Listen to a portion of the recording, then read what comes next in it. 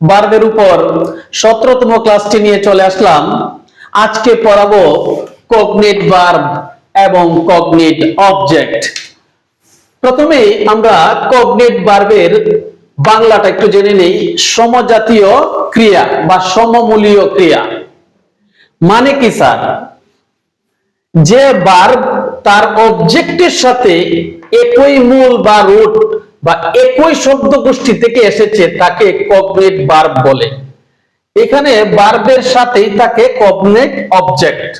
যেমন আমরা যদি এই এক্সাম্পল গুলা পড়ি, he slept a sound sleep. দেখেন এইখানে ভার্ব ঘুমানোর ইংরেজি আমরা জানি স্লিপ, স্লিপের ফার্স্ট ফর্ম স্লেপ্ট, আর অবজেক্ট কোনটা? স্লিপ। তার মানে অবজেক্ট থেকে এই ভার্বের উৎপত্তি বা একই গোষ্ঠী থেকে এই ভার্বটা এসেছে।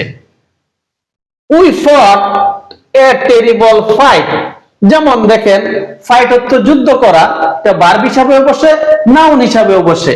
এখন ফাইটের ফার্স্ট ফর্ম ফট, আর এখানে দেখেন নাউন হিসাবে অবজেক্ট হিসাবে ফাইট আছে।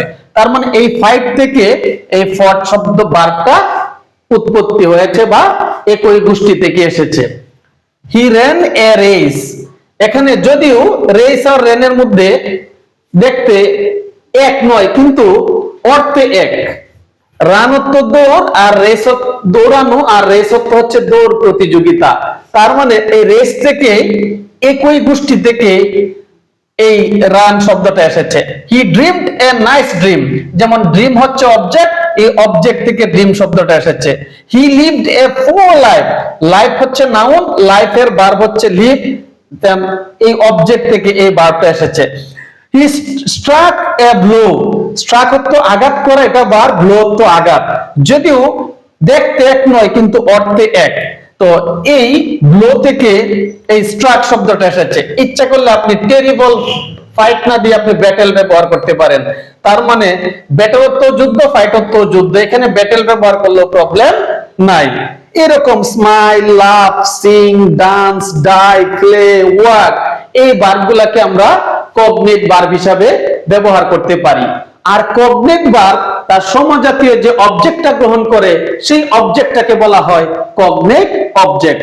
আশা করি বিষয়টি ক্লিয়ার। তার মানে সমজাতীয় ক্রিয়া বা সমমূলীয় ক্রিয়া বলা হয়ে থাকে। তার মানে ভার্ব যে অর্থ প্রকাশ করে, নাউন অবজেক্ট প্রায় একই ধরনের অর্থ প্রকাশ করে।